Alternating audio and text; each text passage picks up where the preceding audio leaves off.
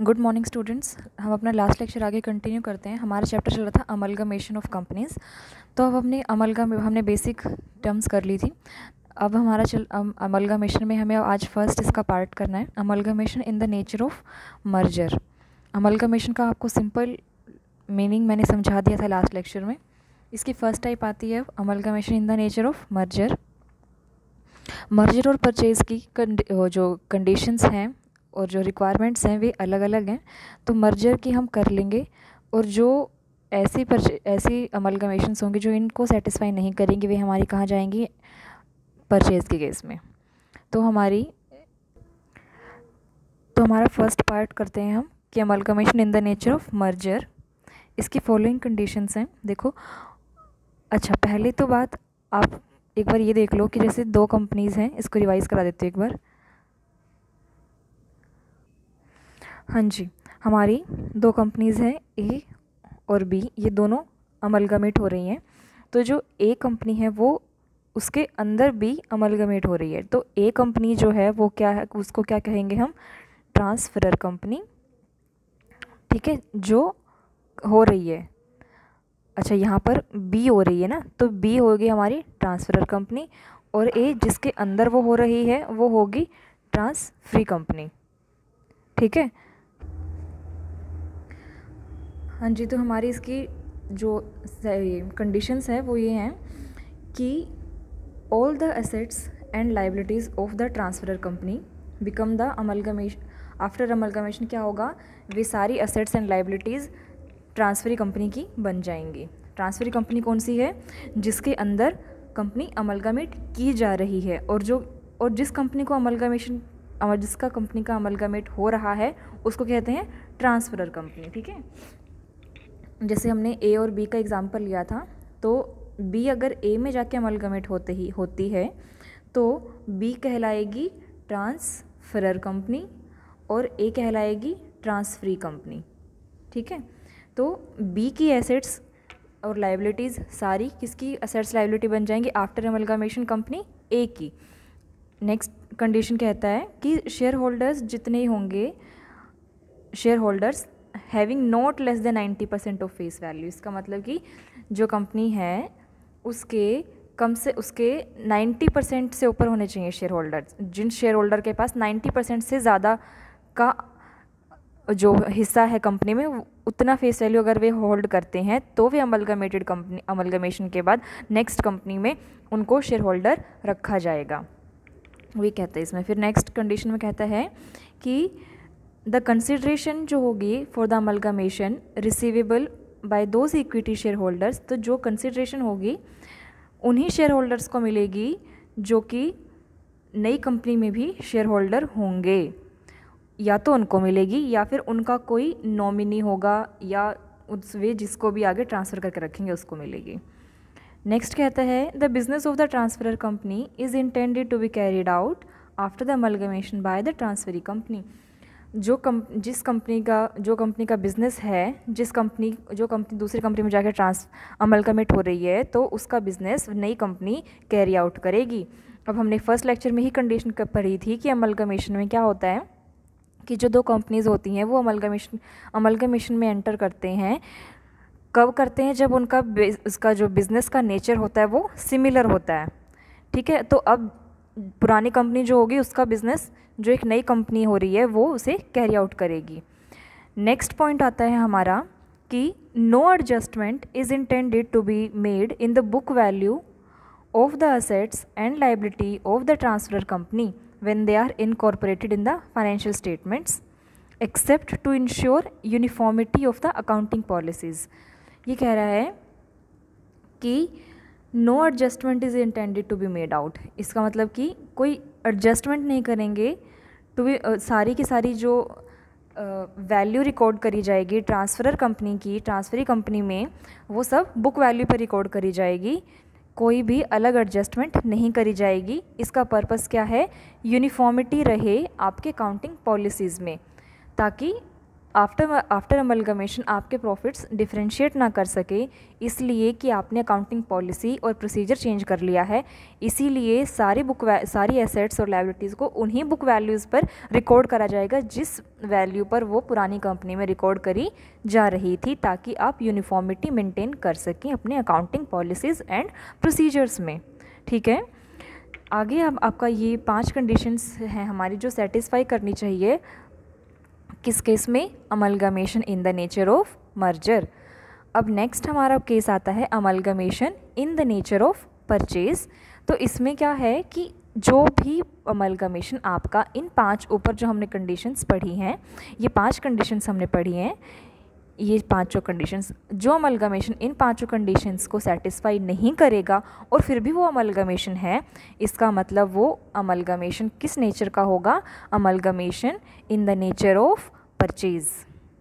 ठीक है, ये कह रहे हैं कि which does not satisfy any one और more of the 5 conditions stated above, वो क्या होगा, amalgamation in the nature of purchase होगा। अब हमें इन दोनों में डिफरेंस करना है नेचर ऑफ मर्जर और परचेज में। तो देखो, मर्जर के केस में क्या कहते हैं कि continue to have the substantial proportional share, कि आपने क्या हो गया कि जैसे ए कंपनी है और बी कंपनी है, बी जो है ए में जाके अमलगमेट हो रही है, तो बी के जो शेयर होल्डर्स हैं वो ए में भी जाके आगे शेयर होल्डिंग जो कैपेसिटी है उनकी वो कंटिन्यू रहेगी वो। ठीक है, और उसके लिए कंडीशन क्या थी, ऐसे शेयर होल्डर्स की रहेगी जिनके पास 90% से ज़्यादा फेस वैल्यू का अमाउंट या जो हिस्सा है वो हिल लिया गया हो। ठीक है, ये है नेचर ऑफ मर्जर में कि पुराने शेयर होल्डर आगे शेयर होल्डर बने रहेंगे। इन नेचर ऑफ परचेज क्या होता है, नॉर्मली डू नॉट कंटिन्यू, इसमें पुराने शेयर होल्डर नई कंपनी में जाकर शेयर होल्डर जनरली नहीं बनना पसंद करते हैं। वो क्यों होता है, क्योंकि इसमें एक तरह से परचेज कर लिया है, एक्वायर, एक तरह से एक्वायर का केस आ जाता है, company acquire another company as a consequence, तो वो पुराने शेयर होल्डर नई में जाके आगे कंटिन्यू नहीं रहना चाहते हैं। फिर नेक्स्ट पॉइंट कहते हैं कि असेट्स और लाइबिलिटीज़ और reserves of the transferor company, transfer कौन है, जो जा रही है अमलगमेशन होने के लिए दूसरी कंपनी में, recorded at their existing amount. सब अभी हमने पढ़ा था ना लास्ट पॉइंट, बुक वैल्यू पर ही उसको रिकॉर्ड करेंगे नई कंपनी में जाके, लेकिन परचेज कंसिडरेशन में क्या होता है, रिवाइज्ड वैल्यू पर उसे रिकॉर्ड करा जाता है पुरानी कंपनी की एसेट्स और लायबिलिटीज़ को। जब नई कंपनी में जाते हैं, जो कंपनी परचेज करती है वो कंपनी दूसरी कंपनी की एसेट्स और लायबिलिटीज़ को मार्केट वैल्यू पर वैल्यू करती है कि इसके एसेट्स लायबिलिटी की एट प्रेजेंट मार्केट में कितनी वैल्यू रहेगी। नेक्स्ट पॉइंट है कि the balance of P&L of the transfer company is aggregated with the balance of P&L of the transferee company। Company A और कंपनी बी दोनों के P&L को मिला के एग्रीगेट करेंगे। And all the reserve of the transfer company, कौन है transferor है बी कंपनी जो जा रही है अमलगमेशन होने के लिए, इसके सारे रिजर्व सरप्लस को, चाहे वो कैपिटल नेचर का है या फिर वो रिवेन्यू नेचर का है, are merge into reserves and of transfer of, इसका जो P&L है दोनों के आपस में एग्रीगेट करे जाएंगे और दोनों के ही रिजर्व एंड सरप्लस को मिला दिया जाएगा, वही कह रहे हैं। इन केस ऑफ परचेज में क्या कहते हैं कि P&L और reserve of the transfer company other than statutory reserve, इसका मतलब परचेज के केस में सिर्फ और सिर्फ स्टैट्यूटरी रिजर्व्स को रखेंगे। ठीक है, other than statutory reserves are not included in the book of the transfer company, इसमें हमारे सभी होंगे, इसमें सिर्फ स्टैट्यूटरी रिजर्व्स होंगे। फिर आगे कहता है कि it always intended to continue the business, merger के केस में पुराना बिजनेस ही आगे कंटिन्यू रखेंगे, परचेज के केस में ज़रूरी नहीं है वो उसी बिजनेस को आगे कंटिन्यू रखेगा। It would be found that there is no difference between amalgamation, absorption and external reconstruction or accounting as the accounting, ये तो हमने पिछले लेक्चर में भी देखा था कि अकाउंटिंग प्रोसीजर में इनके कोई चेंज नहीं है, थ्योरेटिकली चेंज है इनमें। अच्छा, इसके बाद जो छोटे छोटे टर्म्स दे रखी हैं उनको एक बार ज़रूर रिवाइज़ कर लेना, मैंने लेक्चर में इंक्लूड नहीं करी हैं क्योंकि बहुत ही बेसिक हैं वे टर्म्स, आप एक बार पढ़ोगे तो आपको समझ आ जाएंगे। नेक्स्ट है परचेज कंसिडरेशन। परचेज कंसिडरेशन का पोर्शन या कॉन्सेप्ट हमारे लिए समझना ज़रूरी होता है कब, जब जनरली हम करते हैं amalgamation in the nature of purchase. क्योंकि जब हम एक कंपनी दूसरी कंपनी का बिज़नेस परचेज करती है तो उसको बदले में कुछ देगी, जब उससे उसका बिज़नेस खरीद रही है तो जो वैल्यू उसको उसके वो देती है दूसरे का बिज़नेस लेने के लिए, उस वैल्यू को कहते हैं परचेज कंसिडरेशन, कि उसने परचेज करने के लिए दूसरी कंपनी का बिज़नेस क्या कंसिडरेशन अमाउंट उसको दिया है। The purchase consideration is the price which is paid by the transferee company to the transferor company. Transferee company कौन सी है? जो अमलगमेशन कर रही है दूसरी कंपनी को अपने अंदर, ठीक है। जैसे बी था, इसका बिजनेस जा रहा था ए के पास, तो बी क्या थी? ट्रांसफरर, और ए कौन थी? Transferee company. तो अब पैसे कौन देगा? ट्रांसफरी कंपनी देगी। किसको देगी? ट्रांसफरर कंपनी को देगी for the amalgamation of the business. अब इसका अकाउंटिंग स्टैंडर्ड 14 है, consideration for amalgamation means the aggregate of the shares and other securities issued and the payment made in the form of cash other than assets by the transferee company to the shareholder। उसकी सारी assets अपने पास ले लेगी और जितनी उसकी भी payment होगी उसको भी वो अपने आप ही करेगी। इसमें वो ये कह रहा है। अब परचेज कंसिडरेशन के 4 मेथड्स होते हैं हमारे पास। परचेज कंसिडरेशन के फर्स्ट मेथड है हमारा लंप सम मेथड। नाम से पता चल रहा है इसके लंप सम का मतलब क्या होता है? जब आप सामने वाले को पेमेंट एक ही साथ कर देते हो, इंस्टॉलमेंट्स में नहीं करते हो, ठीक है, या after a regular time gap नहीं करते हो, सारी अमाउंट एक साथ करते हो, उसे लंप सम अमाउंट मेथड कहते हैं। फिर नेक्स्ट मेथड है हमारा नेट पेमेंट मेथड। इसकी कैलकुलेशन करनी पड़ेगी, जब करेंगे तब समझ आएगा क्या होता है। नेट एसेट मेथड, फिर इंट्रिंसिक वर्थ मेथड। अब हम इनके एक एक मेथड करते हैं। लंप सम मेथड में क्या है कि makes a lump sum payment to the transferor company for amalgamation. एक साथ सारी अमाउंट दे दी जाती है। For example, A purchase the business of B and agrees to pay 20 lakh in all. ये शब्द काफ़ी है बताने के लिए कि मेथड लंप सम मेथड से हुई है आपकी पेमेंट। फिर नेक्स्ट मेथड है हमारा नेट पेमेंट मेथड। इसका अकाउंटिंग स्टैंडर्ड क्या है सबका? AS 14 है। Under the method purchase consideration is calculated as follows. इसमें देखो करने का तरीका क्या है। ये तरीके आपके लिए ना समझने बहुत ज़रूरी हो जाते हैं बच्चों, क्योंकि इसके ऊपर एक तो थियोरेटिकल क्वेश्चन आ जाता है पूरा 15 मार्क्स का फुल फ्लेज कि अमलगमेशन क्या है, उसके टाइप क्या हैं जो अभी हमने 2 करे। फिर उसके बाद and explain the purchase consideration, the concept of purchase consideration. तो आपका रिस्पॉन्सिबिलिटी बनती है, ड्यूटी बनती है कि आप ये चारों मेथड लिख के इनको विद एग्जांपल इनको एक्सप्लेन करो। एक तो थियोरेटिकल पॉइंट ऑफ व्यू से ये ऐसे इंपॉर्टेंट है। फिर दूसरा, जब आप इसको प्रैक्टिकल क्वेश्चन करोगे इसके, तो उसमें वो आपको बताएगा कि परचेज कंसिडरेशन आपको किस मेथड से कैलकुलेट करनी है। नेट पेमेंट मेथड से करनी है, या एसेट मेथड से करनी है, या इंट्रिंसिक वर्थ से करनी है। तो वो आप प्रैक्टिकल क्वेश्चन तभी कर पाओगे जब आप उसको यहाँ पे ये हर एक मेथड को इंडिविजुअली समझ लोगे। अब हमारा मेथड चल रहा है नेट पेमेंट मेथड। इस मेथड में हम कैसे करेंगे कि all payments made for share holder of the transferor company include करी जाएंगी परचेज कंसिडरेशन में। ठीक है, कि आपने ए कंपनी है, बी कंपनी ने जो भी पेमेंट करनी थी, ठीक है, अब इसकी सारी पेमेंट ए करेगा। क्यों करेगा ए? क्योंकि ए इसके साथ अमलगमेशन कर रहा है, ठीक है। तो सारी इसकी एसेट्स और लायबिलिटीज़ एक ही हो गई, तो एसेट्स भी अपने पास लेगा ये, और इसके नाम के जो लायबिलिटीज़ हैं उनकी पेमेंट खुद करेगा ये, और उनको परचेज कंसिडरेशन में शामिल किया जाएगा। कहता है कि ऑल पेमेंट्स इंक्लूड करी जाएंगी। Such payments may be made for equity पर preference shares and may be in the form of shares और कैश। किसी भी तरह की पेमेंट होगी वो ये करेगा।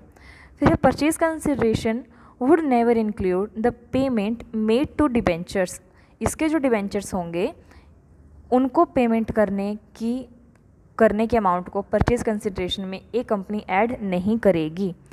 किसको पेमेंट ऐड करेगी? सिर्फ इक्विटी की, प्रेफरेंस की, और या फिर कोई और कैश पेमेंट करनी, जैसे मान लो क्रेडिट किसी न किसी के जो उसके लेनदार होंगे उनको पेमेंट करना, लेकिन डिबेंचर्स को पेमेंट नहीं करेगी। वो ये कह रहे हैं कि would never include the payment made to debenture holder and other outside liabilities since, क्यों, क्योंकि दीज विल बी, ये एजम्पशन करी जाती है, एज्यूम करा जाता है कि वो टेकन ओवर हैं and then paid by the transferring company, कि वो सब टेकन ओवर होने के बाद पे करी गई हैं बाय द ट्रांसफरिंग कंपनी, इसीलिए वो उसको परचेज कंसिडरेशन के उसमें ऐड नहीं कर रहा है, इग्नोर करी जाती हैं ये सब चीज़ें।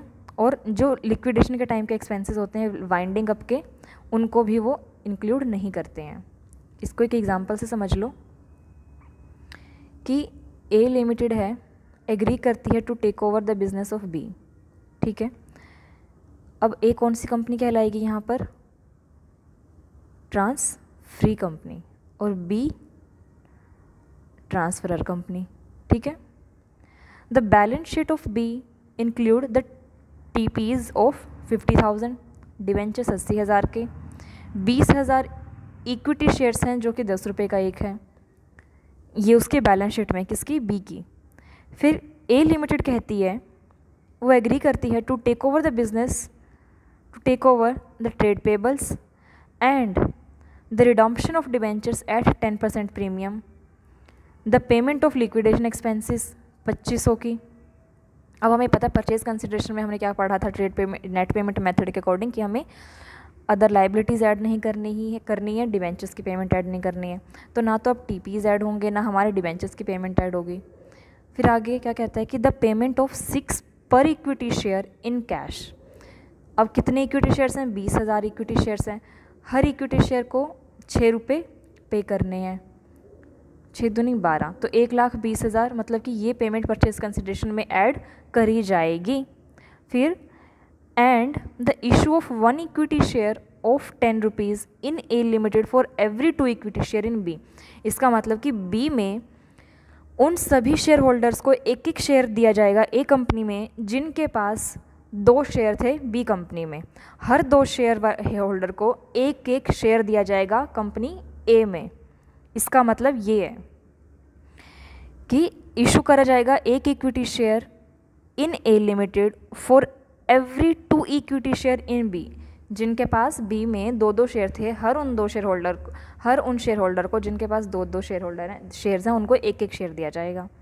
द परचेज कंसिडरेशन देखो कैसे कैलकुलेट होगी। फिर पेमेंट एक तो शेयर होल्डर को जो हमने करी 6 रुपये की वो, फिर शेयर्स दिए हैं हमने 20,000 टोटल शेयर थे। अब हर 2 शेयर होल्डर को हर 2 शेयर्स जिसके पास है उसको एक शेयर दिया जाएगा। इसका मतलब कितने शेयर्स बन गए, 10,000 शेयर बन गए, ठीक है। एक कितने रुपए का है, 10 रुपये का है, तो 1 लाख अमाउंट ये पे करा गया। तो टोटल अमाउंट परचेज कंसिडरेशन का कितना बन गया, 2,20,000। The trade payables and debentures of B will be taken over by A and then pay. Taken over होने के बाद पे करे हैं, ठीक है। आपके जो इक्विटी है वो टेकन ओवर करने से पहले का है। डिवेंचर्स वगैरह पेमेंट है जो टेकन ओवर के बाद एज्यूम करी जाती है इसमें, इसीलिए उनको परचेज कंसिडरेशन में ऐड नहीं करा गया है। तो आपका ये मेथड हो गया। नेक्स्ट लेक्चर में हम अपना नेक्स्ट मेथड करेंगे।